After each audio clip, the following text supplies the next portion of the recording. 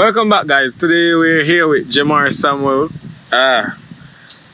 We don't even know how to introduce her. So she's a youth activist, a BAFTA winner, and she do a lot of stuff. But the most important title? Yeah, she's my cousin. And she's here, like, we buy a plane ticket for her to come all the way from England, from London, to come talk to me. And I believe that, right? Hopefully I believe that. But first, we'll start off with, like, what is BAFTA? Oh, okay, BAFTA. I don't remember the official title, but basically it's like the British Television and Film Awards. It's like, I guess, essentially like a UK version of the Oscars.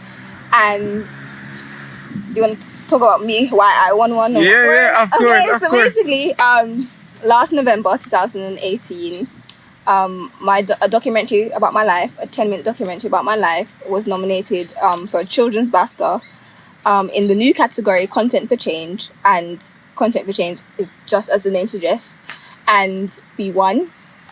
It's my first award.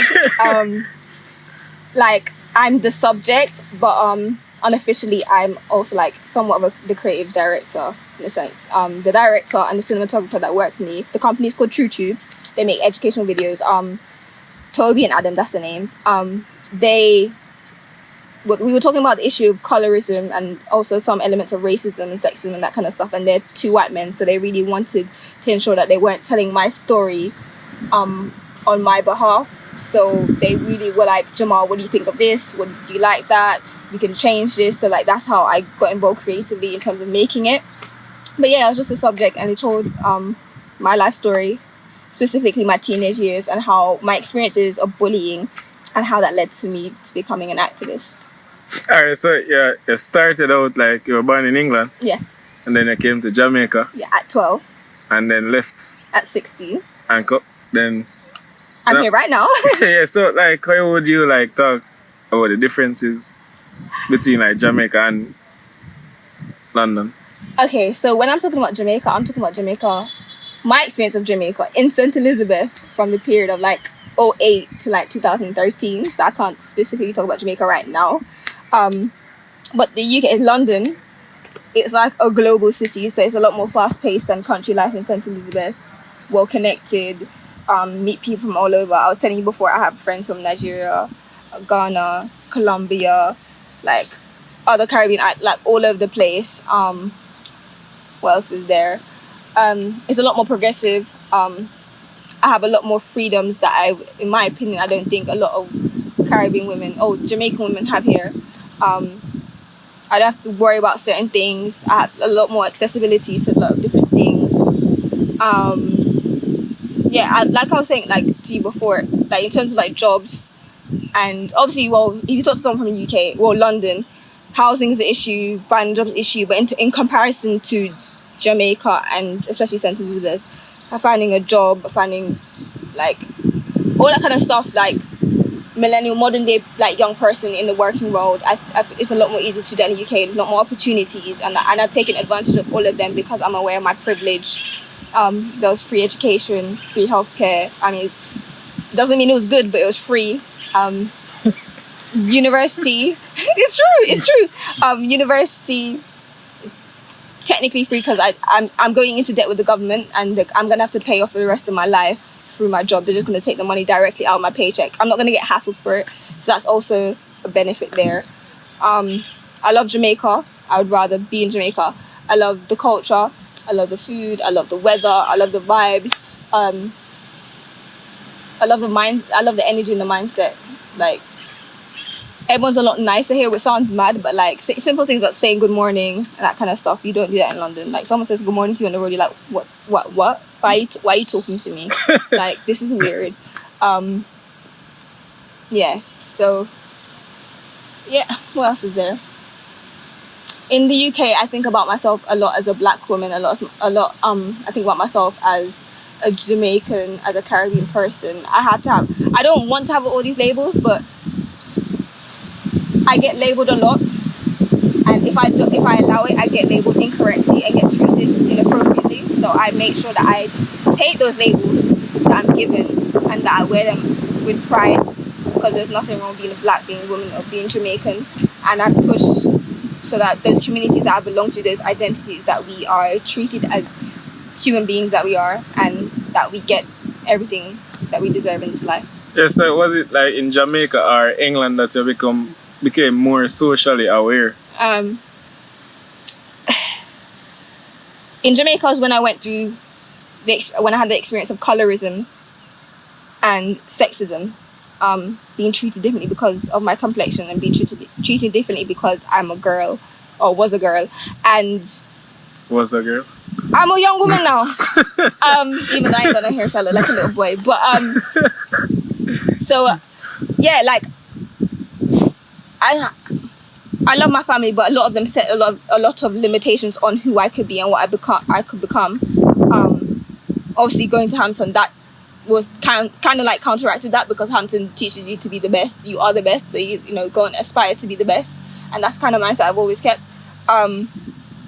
So going back to the UK, making that transition and comparing the two differences, like the difference between the two of like what all the things that I had in the UK, what I have in the UK and what I didn't have in Jamaica, and vice versa. Because like I said here, I don't have to think of myself as a black woman as much.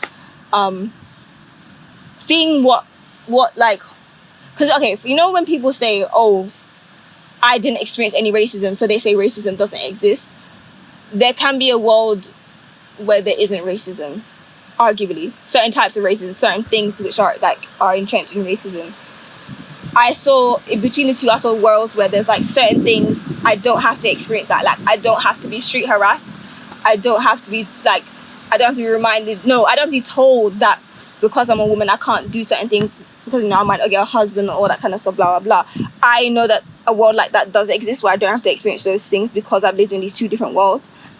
And the similarities and differences between the two have taught me that. So that coming back to the UK and seeing and making that comparison is what led me to say, you know what, this and this, can I swear?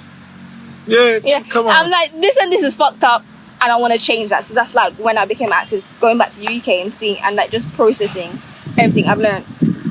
Yeah, so like colorism though, like how you would I like really describe colorism? Colorism is just the discrimination against a person based on their complexion, and it happens when like you guys are the same race.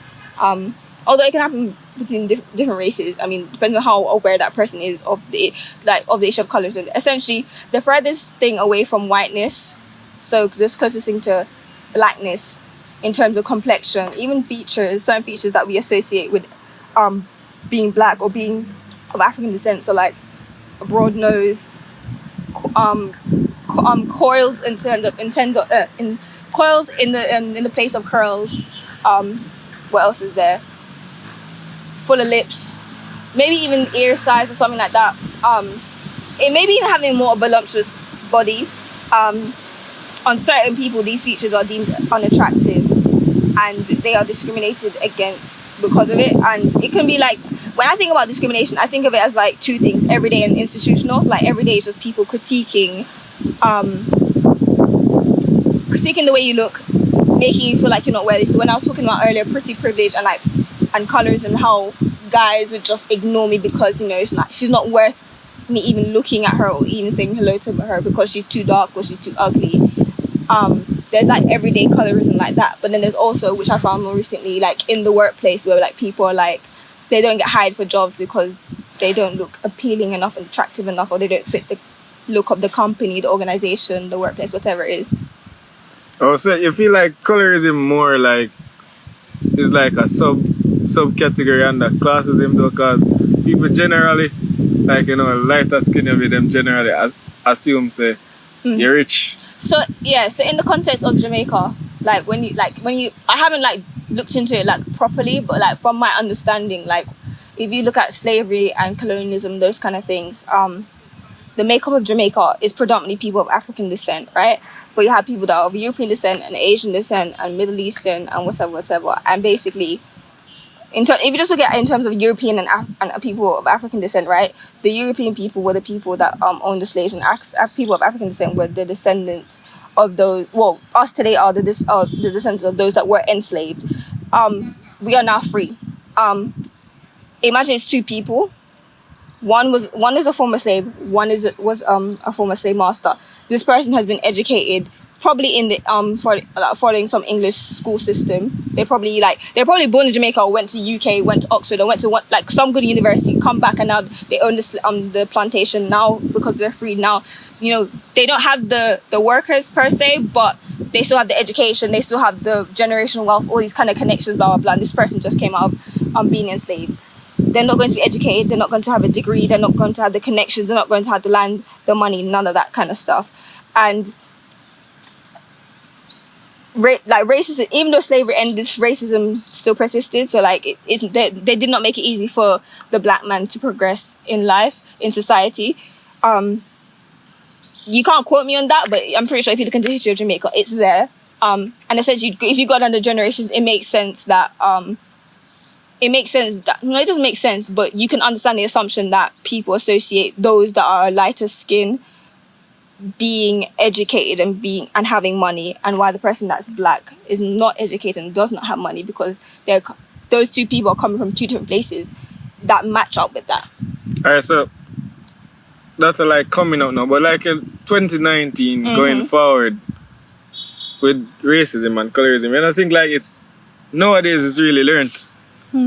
So like the more we go out and talk about these things, the more like the younger people are gonna learn about it and say, oh, so I'm supposed to do this, I'm supposed to do that. You think like if we kind of like, we're not gonna say ignore, but like do it the next way. What do you do in the next way? But I don't know, like, what, you're gonna discriminate against someone in a different way? No, not the discrimination. No, I say like, is like eliminate colorism.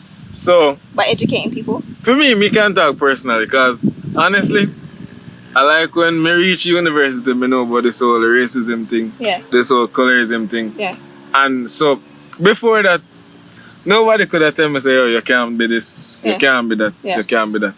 But the more I learn about the racism thing, you realize, oh, there's a fight from here, fight from here, fight from here, fight. And you like this. Discourage our word? Yeah, and they discourage me if you try certain things. So me I say like with the younger generation now are the same thing.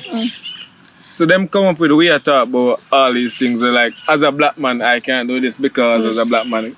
You kind of drill in their heads. It's important to say that, to acknowledge that, you know, I always say it's important to acknowledge that there was once a time where as a black man and as a black woman we can do certain things, but it's also important to acknowledge that if you care that much, like, you are going to try right now to enter that space that you once weren't allowed into, and you might get in. And even when you get in, there's going to be other struggles existing in that space. So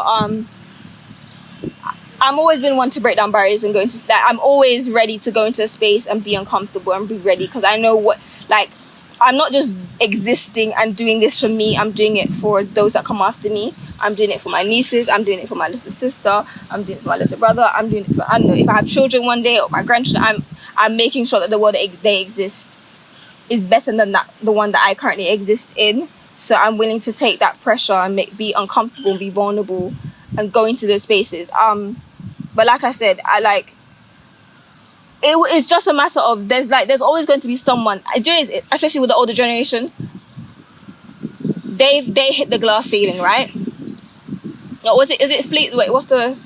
I don't know if it's a metaphor or whatever, but like fleas in a jar. Like if you put fleas in a jar and put the lid on, then they hit the lid, right? And apparently, if you take the lid off, they still think the lid's there and they still do that. I feel like in a lot of spaces, the lid's gone.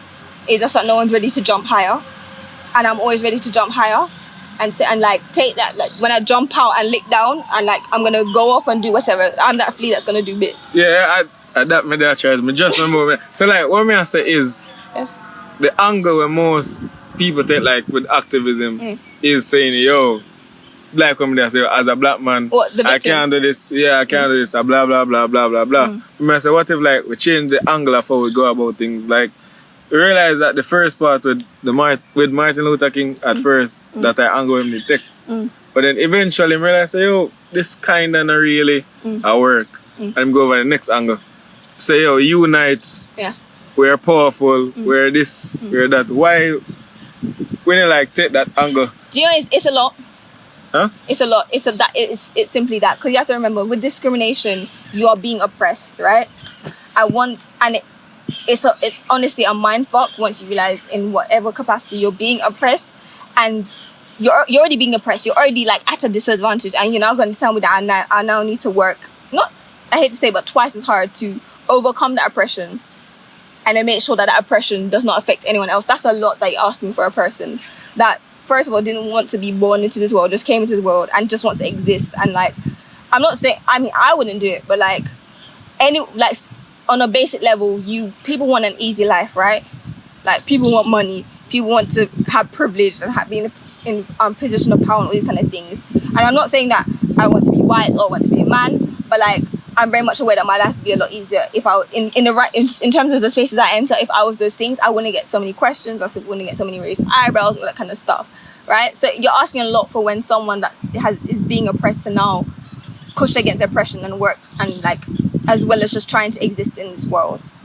That's a lot. That's why. So like, I went through that phase. I think every activist goes through that phase, and I'm personally very wary of when someone who's in that phase of like, they are aware of the oppression that they're experiencing, they then go out and on platforms speak about it, because it's so problematic when they talk about it, because it's like, yo, we're being oppressed, but I am not a victim.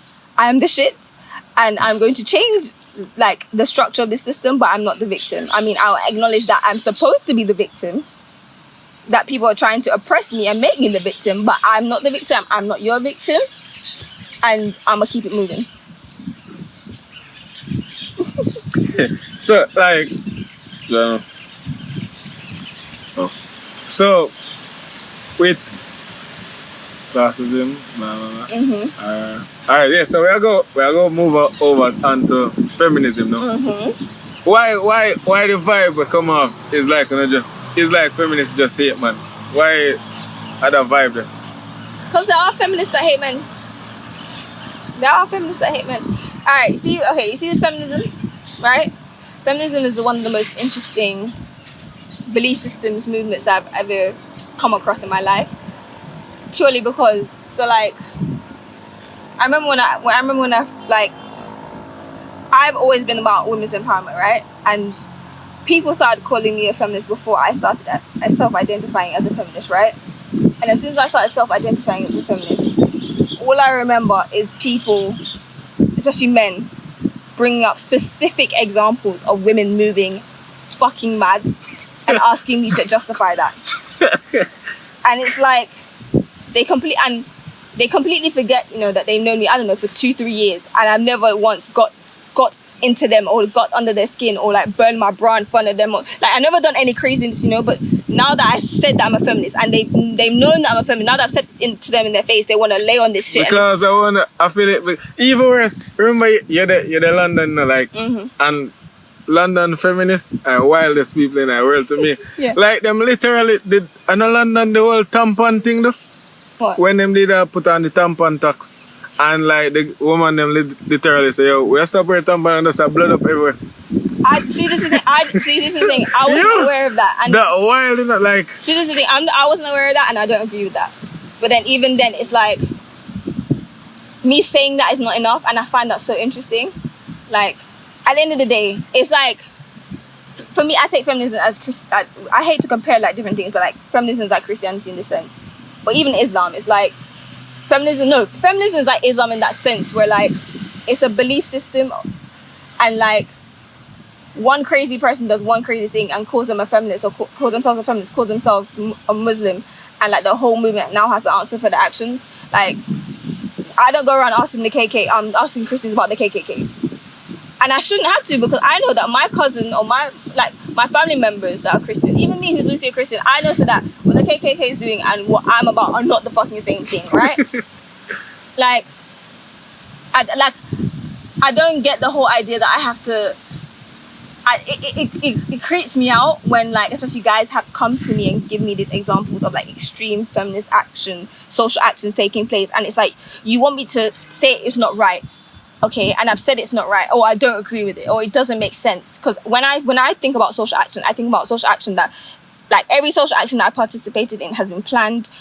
We know what we want, what we're trying to, like, our high aim, our reasonable aim, our low aim is in terms of who we're trying to, like, what change are we trying to bring? Are we trying to contact a specific politician? Are we trying to influence policy? Are we trying to get social media attention? Like, but in like a good way. Every social action I've been a part of, because I've been trained to be an activist, and I continue to train to be an activist. So like every piece of activism I do, I think about that process, and if it doesn't make sense to me, then I don't agree with it, because shock factor, it only works in certain things, and there's only a few actions that I've been a part of, and the shock factor, I said, you know what, scaring the shit out of these people is more important than like justifying it to people.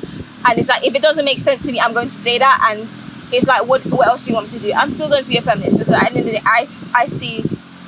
I know, not just I believe, I know that women are at a disadvantage. And I'm not saying that in terms of the UK, because, you know, and then like, I'm talking about globally. I'm talking about back here in Jamaica. Like I said, I know what it's like to be a woman here, and I know what it's like to be a woman in the UK. And like I said, there's certain privileges that I have. Like, I can walk outside my house at any time of night, where I'm from in London, and I'm good. I am good. No one can touch me. No one can do anything to me, right? I can't do that in Jamaica. I'm in Kingston. This is the first time I've been in Kingston this long, and like every single place that I've gone, I've had to, like, just for the sanity of myself and my mum, because we're from country, like, I've had to tell a person, I gave my friends my live location. I'll tell this person, you have to come get me, drop me off here. Like, every single, like, I'm doing pick up and drop off like I'm a child. Like, but in London, I'll go around everywhere by myself. Like, I do that. So, and I don't have to, let me not lie and say, oh, I don't get, like, I do get catcalled. Luckily I've never been sexually assaulted or harassed, but I'm very much aware that it's happened to my friends and that kind of stuff. So, like, but I know, I hate to say it, but it's probably more likely if I'm here that it happens, because I've been walking around Kingston the past couple of days, and the way men have been staring me down into my face has been very uncomfortable. And I've had to ask my friend, like my guy friend, like Milton, is there something like on my face? And he's like, no, it's just that they want to chat to you. It's just that I'm here, why they're not even approaching you. So and that's not to say that Jamaican men are like really crazy and wild, but like, that's all the conversation. It's just, but back to the whole feminism thing. It's like, I'm a feminist, and maybe one day that'll change. I don't see it changing anytime soon, but I identify as a feminist. I believe in feminism. Feminism is a very broad thing, and there's different types. There's like white feminism, and I don't fuck with white feminism. White feminism is fucking bullshit. I consider myself to be intersectional feminist, a black feminist, and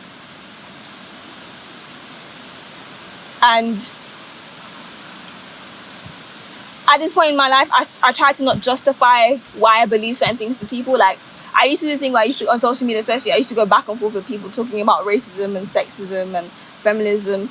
And it's like, I'm wasting my time, because, you know what? Them not really argue. Them not really, when them again, yeah. Them not really understanding. Them just want, you know, them know your point, you know their point. Them not gonna change. No, but the thing is, like, I don't understand, like, the thing, especially with people that know me. It's like, okay, so let me get this straight, right? Me, Jemmar, that is, I don't know, raising awareness on gender-based violence in the Caribbean, identifies as a feminist. You come into my DMs to tell me that feminism is fucked. What do you want me to do? Now, drop this whole campaign that I'm doing, tackling this issue that, you know, women are dying because you don't agree with feminism? And what are you doing? You're working in your job in fucking Sports Direct. Like, if I give up, shit gets fucked, because I'm raising awareness on an important issue. If you give up, nothing changes, because according to you, men are being oppressed. And you know what? If they're being oppressed, clearly you don't give a shit enough. You're not being oppressed enough because you're not doing anything. But, you know, so it's like, I weigh up and I'm like, there's only one of us on the ground doing work here, and I refuse to argue with anyone who's on the ground, who's not on the ground, who's not doing work, who's not activist, who's just here, who, especially guys who go online, read one, like I said, one news report and one fucking fucked feminist social action, probably by white women, working class, middle class white women who are fucking privileged, who just, like, I don't know, hate white men, And now you want to come to me, who's helping women of color, helping women who are in developing countries, helping my country. You must be fucking mad. I don't have time to argue with you. Like, it's... Yeah, but there are just one thing me have with the whole feminism thing, like, with it, most times, like, you guys will say, yo, we can go, like, from the school point of view. So, like, you go Hampton, you know, them, you don't really stay so Hampton again, but say you go Hampton, them, like, a force enough with the, like, home economics and them thing there. And you come Monroe, so they're more force with the sciences automatically. Yeah. And a feminist will say, yo, woman, just like we have a choice, we can do sciences if you want. Nothing wrong with that, but my problem is most times is like, you know, we literally a force. Just like when say we a force, when if we go like in a kitchen thing, sometimes it seems like we not force them to the sciences same way. You know, it's, like I said, it's all about, with a lot of discrimination, a lot of oppression, is mindset. Once you drill into someone's head that they're the victim, it takes a lot to take them out of that. So in terms of like girls in STEM, like, I don't know, I would have to see the approach that they're taking. I wouldn't know if they're forcing, but in terms of, I mean, when I was at Hampton, girls in like pushing us into STEM, listen, I only knew one person who was doing just arts, like, and she wanted to be a lawyer. We both know who, we just saw her. But everyone else, all of us did at least one science. So we were pushed to do STEM. And like all my friends want to be engineers, biologists, chemists, doctor, blah, blah, blah. So, like I said, we were forced to do STEM, but pushed to do STEM. So, like, that's the environment that I see as ideal. Obviously now I'm into politics and that kind of stuff, but I don't regret, because it showed me that I can be wherever I want to be. I don't know how Hampton is now, and I can't speak for every Hamptonian that went to Hampton or even my year group. But I know that Hampton for me opened my eyes and said, like, made me realize that, you know, I can be wherever I want to be. And it's just that girls need to be aware of, that they can be wherever they want to be, because you're coming, especially people's parents, like, try to dictate what they should and shouldn't be in this life. And it's just like, again, with like, it's just the whole idea, like, it sounds so simplistic, which is what pisses me off.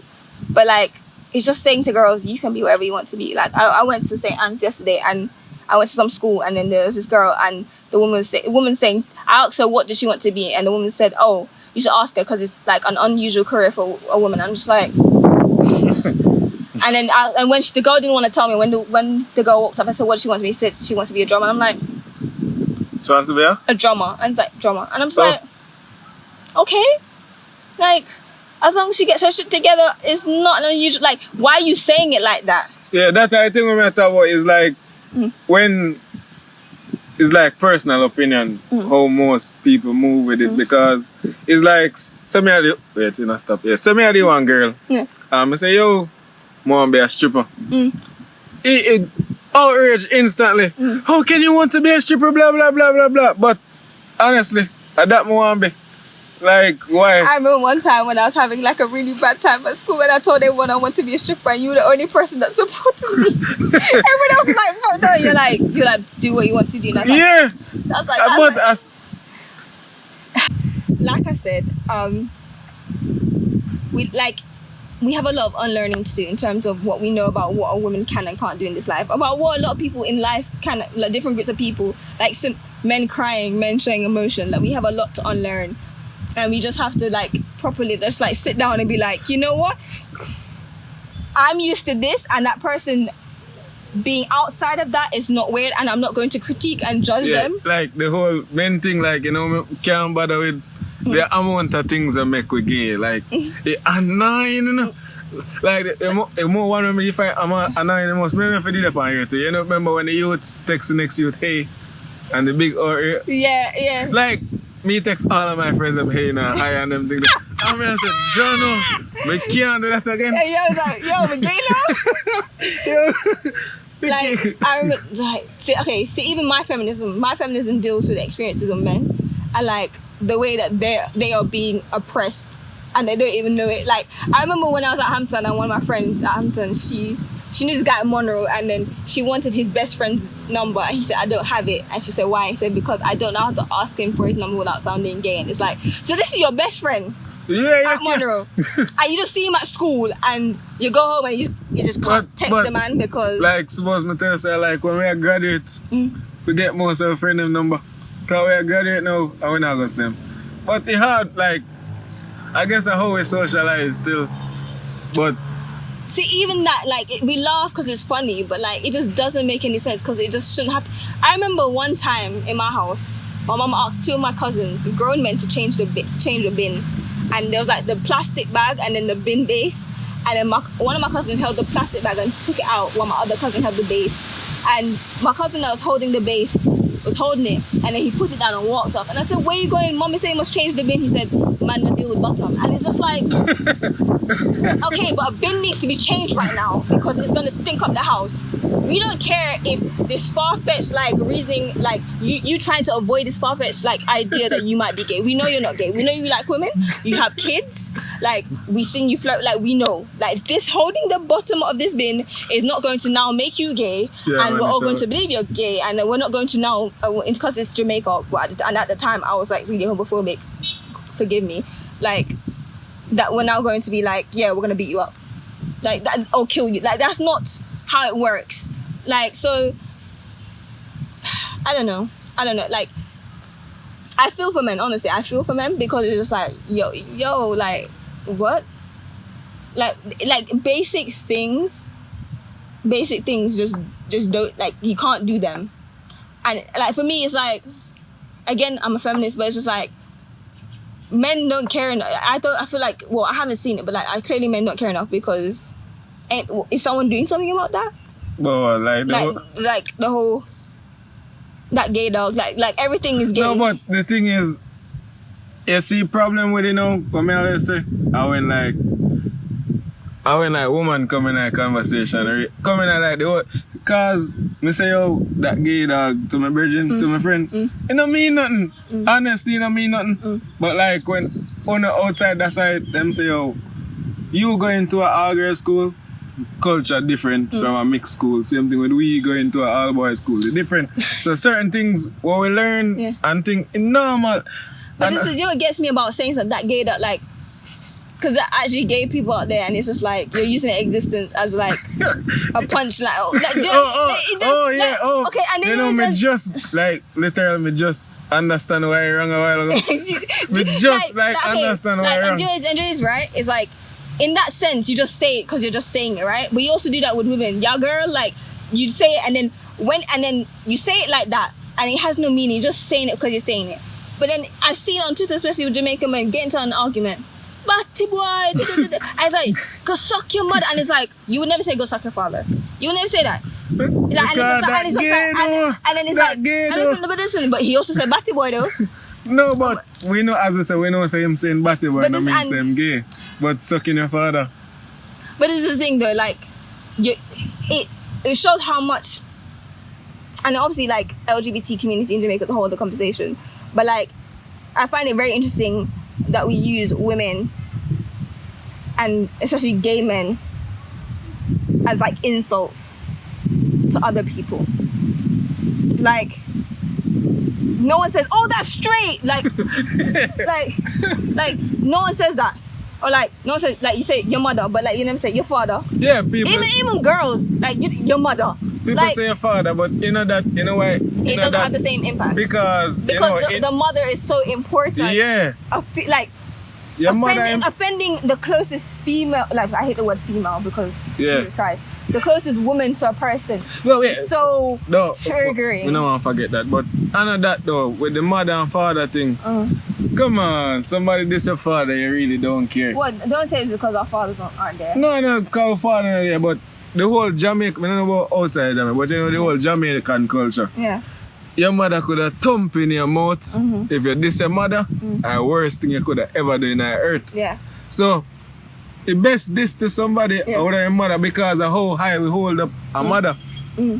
So, but even then, like, I'm gonna take your girl, I'm gonna fuck your girl, like, it's always the women in your life that you're trying to assault. Like, you can't just assault him by himself, not the women in his life. Why have to bring a gay man that's over there minding his own business to now insult this person? Like, I find it very, very interesting. I never ever met say, oh, that's why I wrong before. I always hear people say wrong, but I never know. But yes, the whole female thing. Yeah. Why? So, it's so animalistic. Because you have a female dog, you have a male dog, right? Yeah. And I personally, every person that I've met that says female does not say male. And it's exactly, it says a lot about the way they view women. Male. No one's that male, but they'll say that female over there, and it's like, it's so animalistic, unhumane, that choice of word. Because why can't you say woman? Why can't you say girl? Why can't you say lady? The thing with it, like why somebody would have said female, like the matter where you say female. Cause you think woman, they have a specific description for woman. What's the description of woman? You know them woman like. Am I a woman? Yeah, but you know, like in a meaning, in a context. You think somebody say, oh, like you are walk past, right? Just imagine you're there, sir. You are walk past right there, so. With three other channel, with three other woman. Yeah. Alright. And one in a dress, one skirt suit and thing. You know, hair gone down. You did like that a walk past. Two on a walk past. You know this there so? And then the next one the skirt and jacket suit and me say to you now. Yeah, look on the woman there. Yeah, look on the person just like you. No. Honestly, I'm going to say which one. Oh, yeah, that's that. Which one? But if me I talk to one boy, I say look on the woman there. This is the thing. It's all about unlearning. It's all about unlearning. Because you said suit. Why the suit? Why someone was yesterday saying that it's such a European thing to think that a suit is so proper and formal. This is Jamaica. It's fucking hot. Why do we even like? No, but I just say suit car. It would have give a better description of how she look. But you just know woman. You just think a mature person. Yeah, but this is the thing. You have to change your perception of what you consider to be a woman. You've been everything you know. You've been taught to think this is normal. This is okay. You know? That's the important thing as an activist that I've learned. It's always important to remember. Relearning, unlearning, all that kind of stuff. Change your perception of what it means to be a woman. Change your perception of what it means to be a girl. Change your perception of what it means to be a lady. I'm a woman. Go. I'm a lady. I mean, I'm very, like, I hate to say tomboyish because gender is a whole other conversation. Yeah. But, like, that.